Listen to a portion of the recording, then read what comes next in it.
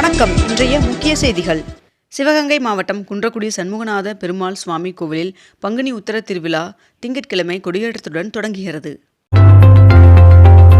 தொடக்க கல்வி பட்டயத் தேர்விற்கு தனித் தேர்வர்கள் மார்ச் 26ஆம் தேதி முதல் இணைய வழியில் விண்ணப்பங்களை பதிவிறக்கம் செய்யலாம் என்று தெரிவிக்கப்பட்டுள்ளது. 22 கேரட் ஆபண தங்கத்தின் விலை சவரனுக்கு 400 ரூபாய் அதிகரித்து ஒரு சவரன் 1,11,600 ரூபாயாகவும் 1 கிராம் 13,950 ரூபாய்க்கும் விற்பனை செய்யப்பட்டு வருகிறது. இதனையடுத்து 1 கிராம் வெள்ளியின் விலை கிராமிற்கு 5 ரூபாய் குறைந்து 1 கிராம் வெள்ளி 260 ரூபாய்க்கு விற்பனை செய்யப்பட்டு வருகிறது. வருகின்ற ஏப்ரல் 1ஆம் தேதி முதல் பான் கார்டு விண்ணப்பிக்க ஆதார் அட்டை மட்டும் போதாது என்றும் பிறப்பு சான்றிதழுக்கான கூடுதல் ஆவணங்கள் கட்டாயம் என்றும் அறிவிக்கப்பட்டுள்ளது. தமிழ்நாட்டில் நாளை ரமலான் கொண்டாடப்படும் என்று தலைமை ஹாஜி அறிவிப்பு வெளியிட்டுள்ளார். இன்று மநீம தலைவர் கமலஹாசன் அவர்களின் தலைமையில் மாவட்ட செயலாளர்கள் கூட்டம் நடைபெற உள்ளதாக தெரிவிக்கப்பட்டுள்ளது. போருக்கு மத்தியில் ஹார்முஸ் நீரிணையை ஈரான் மூடியுள்ளதாக தகவல் வெளியாகியுள்ளது.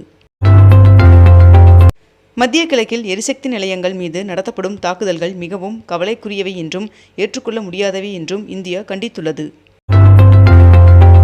பொள்ளாச்சியில் நேற்று நடைபெற்ற சந்தையில் 1,50,00,000 ரூபாய்க்கு ஆடு விற்பனையானது. திருச்செந்தூர் சுப்பிரமணியன் சுவாமி கோவிலில் உண்டியல் காணிக்கையாக 4,36,00,000 ரூபாய் மற்றும் 1,143 கிராம் தங்கம் கிடைக்கப்பெற்றுள்ளதாக தகவல் வெளியாகியுள்ளது.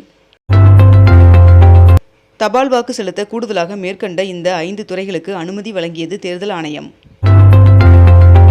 தேர்தல் ஆணையம் வாக்களிக்க மேற்கண்ட இந்த 12 மாற்று ஆவணங்களை பட்டியலிட்டுள்ளது.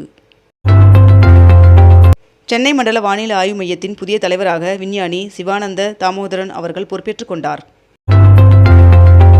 சட்டமன்ற தேர்தலை முன்னிட்டு 250 கம்பெனி துணை இராணுவப் படையினர் தமிழ்நாடு வருகின்றனர்.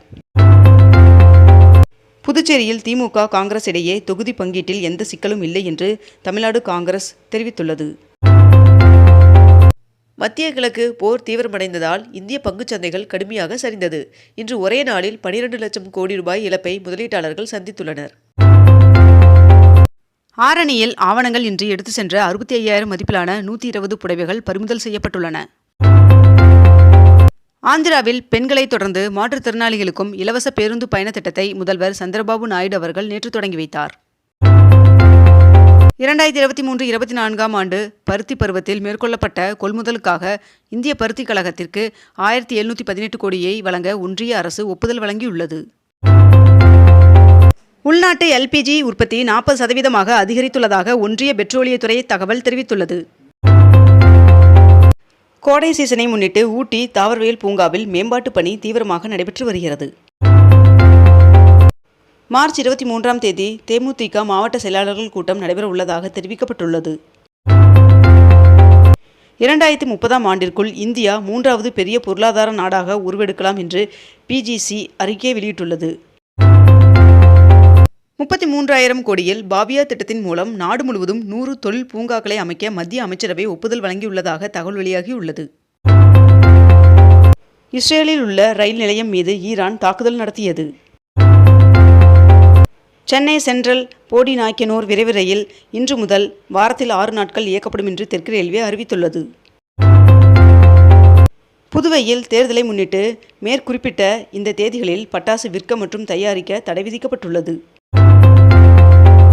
ஆப்பிள் நிறுவனத்தின் முதல் மடியக்கூடிய ஐபோன் இந்த ஆண்டு அறிமுகமாகும் என்று தகவல் வெளியாகியுள்ளது. வருகின்ற மார்ச் 23ஆம் தேதி தேமுதிக மாவட்ட செயலாளர்கள் கூட்டம் நடைபெற உள்ளதாக தகவல் வெளியாகியுள்ளது. தேர்தல் பறக்கும் படையினரின் அதிரடி சோதனையில் இன்று வரை கணக்கில் வராத 42 கோடி ரூபாய் மதிப்புள்ள பணம் மற்றும் பொருட்கள் பறிமுதல் செய்யப்பட்டுள்ளன. திருவண்ணாமலையில் 53 ஐம்பொன் சிலைகள் தேர்தல் பறக்கும் படையிடம் சிக்கியது. திருச்சியில் வருகின்ற 22ஆம் தேதி சத்குருவின் காவேரி கூக்குரல் சார்பில் மழைநீர் சேகரிப்பு கருத்தரங்கம் நடைபெற உள்ளது. ரேஷன் கார்டுகளில் குடும்ப உறுப்பினர்களின் கைவிரல் ரேகையை பதிவு செய்ய மார்ச் 25ஆம் தேதி கடைசி நாள் என்று தெரிவிக்கப்பட்டுள்ளது.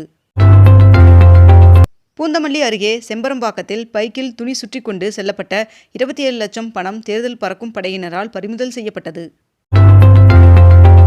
ஹார்முஷ் ஜலசந்தியை கடந்து 46,500 மெட்ரிக் டன் சமையல் எரிவாயுவுடன் இரண்டாவது இந்திய கப்பல் குஜராத் துறைமுகத்திற்கு வந்தடைந்தது.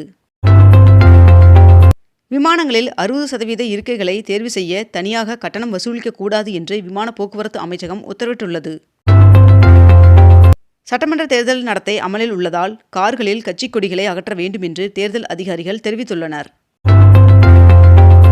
அதிக முக்கியத்துவம் வாய்ந்த தபால்கள் அடுத்த நாளே செல்லும் வகையில் 24 விரைவு தபால் என்ற புதிய வசதியை இந்திய அஞ்சல் துறை அறிமுகப்படுத்தியுள்ளது.